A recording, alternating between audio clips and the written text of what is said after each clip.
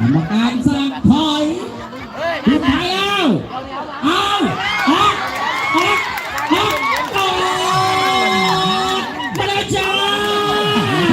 เที่ยวเลยก็เป็นหัวใจพิจารณาวารับผิดชอบผลงานเต็มใจครับต่อแม่พยัญชนะรับผิดชอบลูกหน้าที่จากคุณสว่างนาวัดกับคุณรอดเด็กใครจะดูใครจะไปใครจะดูแต่ออกมาเป็นระเบิดเถิดกันที่เป็นคนหัวหน้าต่างคนต่างพี่น้องต่างคนต่างที่ต่างคนต่างเด็กต่างคนต่างพายต่างคนต่างตัดออกว่ายังไงเป็นคนเอามาเมื่อปีที่แล้วบอกว่าจะได้แชมป์ในจังหวัดพะเยาไทยก็บอกจะขอแชมป์ปีนี้แต่ว่ายังไงใครจะอยู่ใครจะไปแล้วครับท่านผู้ชมครับผู้ชมจะได้ดูครับผู้ใหญ่อุตสาหทีมงานของจัดการการดูเป็นสุดยอดสุดยอดด้วยป้าไทยแดงป้าไทยลาวตะบนศรีนครศรีชมพูจังหวัดสุรินทร์วันนี้ครับเด็กเป็นทัวร์แล้วหัวใจถึงกระบอกเปิดมาแล้วครับมาดูสิว่าใครจะอยู่ใครจะไปครับตะโคตะโคตะโคที่ตะโคตะนี้ตะโคตะไปหลังจากนั้นตะโคตะไปลงที่ไปจอมที่ส่งมาตะปีนี้ส่งมาแล้วตะปีนี้แพ้พยาไทยจะมาแพ้เหนือ